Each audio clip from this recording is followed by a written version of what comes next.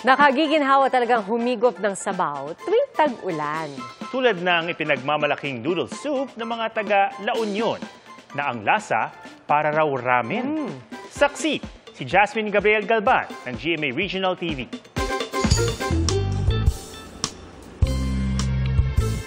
Ang tag-ulan, hindi lang cuddle weather ang dulot nitong lamig.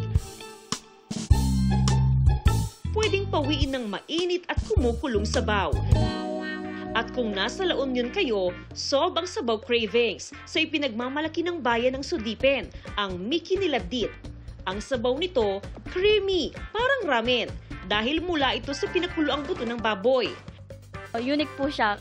Kapag malapot na ang sabaw, pwede nang ilagay ang Niladit noodles.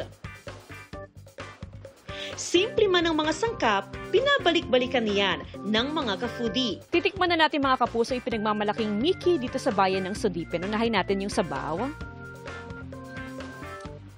Ang sarap niya mga kapuso, talagang creamy yung sabaw. Tapos nalalasahan mo talaga yung may konting anghang. Kaya naman talagang ang sarap ng lasa niya. Ngayon yung noodles naman ang ating titikman.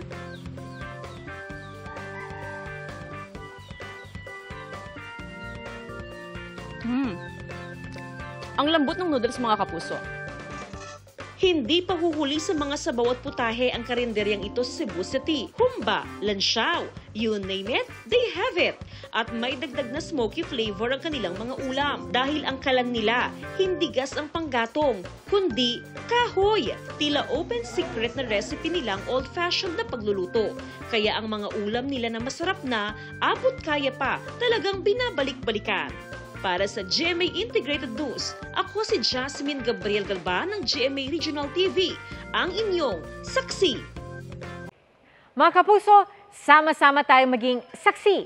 Mag-subscribe sa GMA Integrated News sa YouTube at para sa mga kapuso abroad, samahan niyo kami sa GMA Pinoy TV at sa www.gmanews.tv.